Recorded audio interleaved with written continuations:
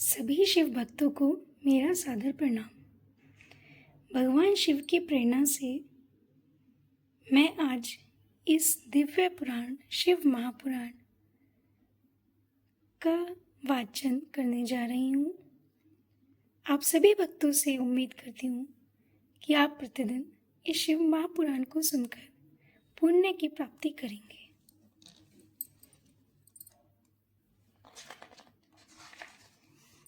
त्वमेव माता च पिता त्वमेव बन्धुश्च सखा त्वमेव विद्या द्रविणं त्वमेव सर्वं मम देवदेव। इसी भावना के साथ मैं अपना सर्वस्व भगवान शिव को समर्पित करती हूँ। इस पुराण को प्रारंभ करने से पहले मैं आप सभी शिव भक्तों को इसका महात्म्य संक्षेप में बताना चाहती हूँ। जैसा कि इस पुस्तक में भी लिखा है कि यह एक प्रमुख तथा सुप्रसिद्ध पुराण है, जिसके परातत्पर परम ब्रह्म परमेश्वर के शिव अर्थात कल्याणकारी स्वरूप का तात्विक विवेचन, रहस्य, महिमा एवं उपासना का सुविस्तृत वर्णन है। भगवान शिव मात्र पौराणिक देवता ही नहीं, अपितु वे पंचदेवों में प्रधान अनादि सिद्ध परमेश्वर हैं एवं निगमागम आदि सभी शास्त्रों में महिमा मंडित महादेव हैं। वेदों ने इस परम तत्व को अव्यक्त, अजन्मा, सबका कारण, विश्व प्रपंच का सृष्टा, पालक और सहारक कहकर उनका गुणगान किया है। श्रुतियों ने सदाशिव को स्वयंभू, शांत, प्रपंचातीत, परातत्पर, परम तत्व ईश्वरों के भी परम महेश्वर कहकर स्तुति की है।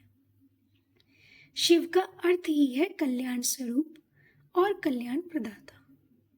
परम ब्रह्म के इस कल्याण रूप की उपासना उच्च कोटि के सिद्धों, आत्म कल्याणकामी साधकों एवं सर्वसाधारण आस्तिक जनों सभी के लिए परम मंगलमय, परम कल्याणकारी, सर्व सिद्धिदायक और सर्वश्रेष्ठकर है।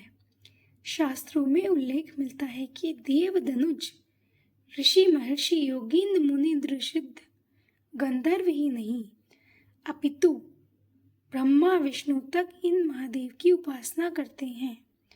भगवान श्री राम तथा श्री कृष्ण के तो ये परम आराध्य हैं।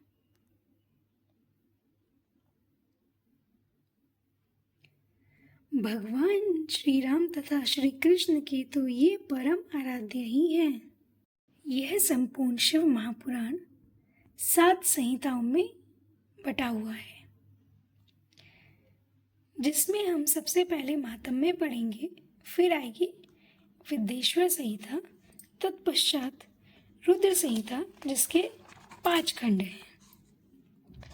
इन 5 खंडों को पढ़ने के बाद हम पढ़ेंगे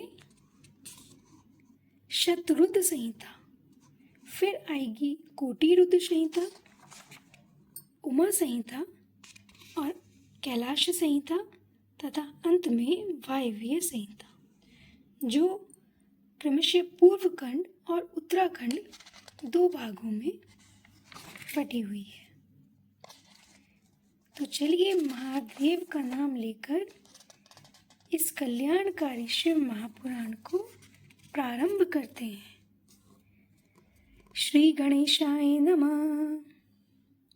श्री शिव पुराण महात्म्य।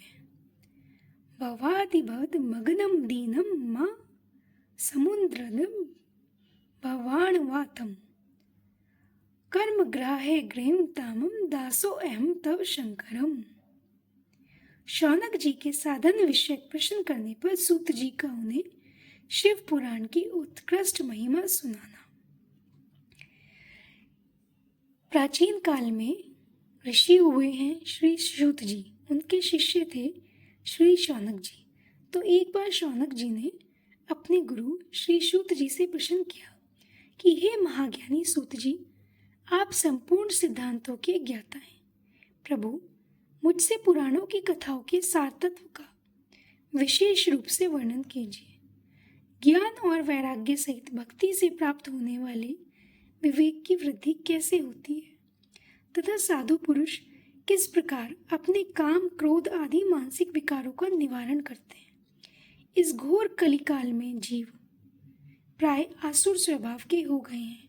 उस जीव समुदाय को शुद्ध अर्थात देवी संपत्ति से युक्त बनाने के लिए सर्वश्रेष्ठ उपाय क्या है?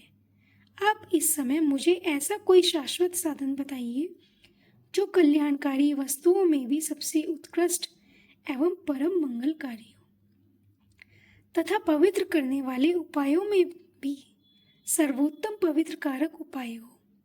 तात वह साधन ऐसा हो जिसके अनुष्ठान से शीघ्र ही अंतःकरण की विशेष शुद्धि हो जाए और उससे निर्मल चित्त वाले पुरुष को सदा के लिए शिव की प्राप्ति हो जाए। श्री सूत जी ने कहा, मुनि श्रेष्ठ शौनक, तुम धन्य हो क्योंकि तुम्हारे हृदय में पुराण कथा सुनने का विशेष प्रेम एवं लालसा है।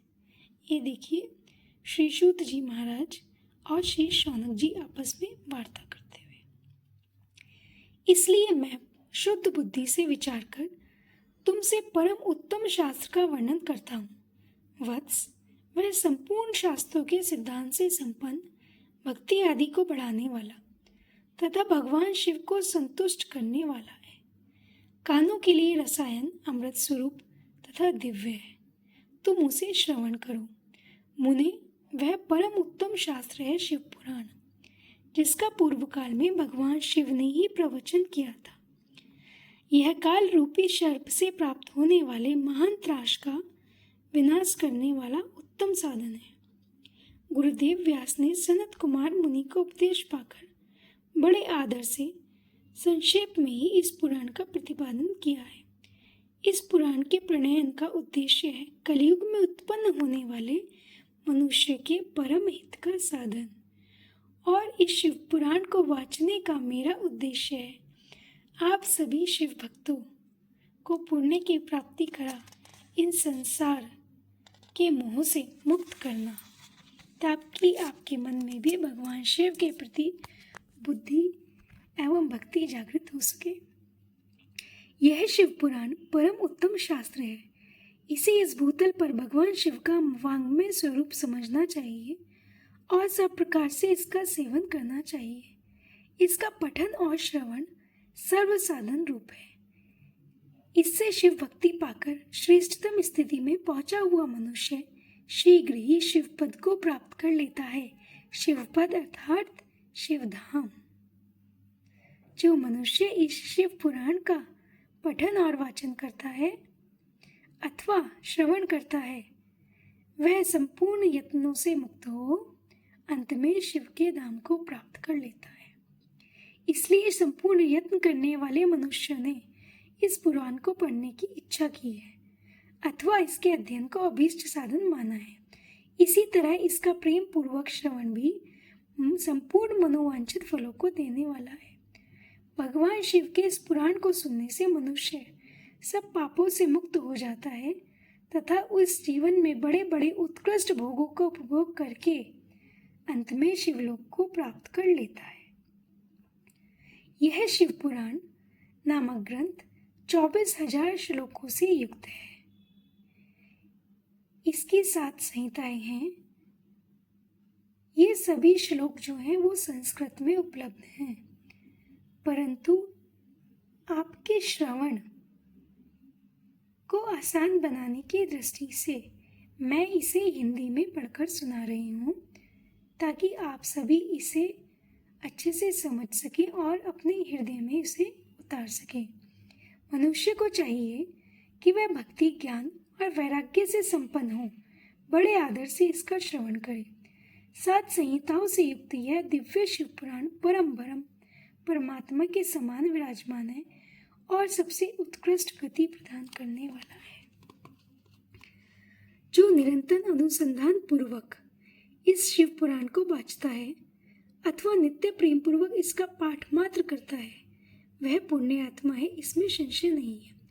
जो उत्तम बुद्धि वाला पुरुष अंतकाल में भक्ति पूर्वक इस पुराण को सुनता है, उस पर अत्यंत प्रसन्न हुए भगवान महेश्वर उसे अपना पद यानी धाम प्रदान करते हैं। जो प्रतिदिन आदर पूर्वक इस शिव पुराण का पूजन करता है वह इस संसार में संपूर्ण भोगों को भोगकर अंत में भगवान शिव के पद को प्राप्त कर लेता है। जो प्रतिदिन आलस्य रहित हो, रेशमी वस्त्र आदि के वेष्टन से इस शिव पुराण का सत्कार करता है वह सदा सुखी होता है। यह शिव पुराण निर्मल तथा भगवान शिव का सर्वस्व है। जो इहलोक और परलोक में भी सुख चाहता हो उसे आदर के साथ प्रयत्न पूर्वक इसका सेवन करना चाहिए। यह निर्मल एवं उत्तम शिव पुराण धर्म, अर्थ, काम और मोक्ष रूप चारों पुरुषार्थों को देने वाला है। अतः सदा प्रेम पूर्वक इसका श्रवण एवं विशेष पाठ करना चाहिए। इति श्री अध्याय प्रथम समाप्त। बोलो हर हर महादेव।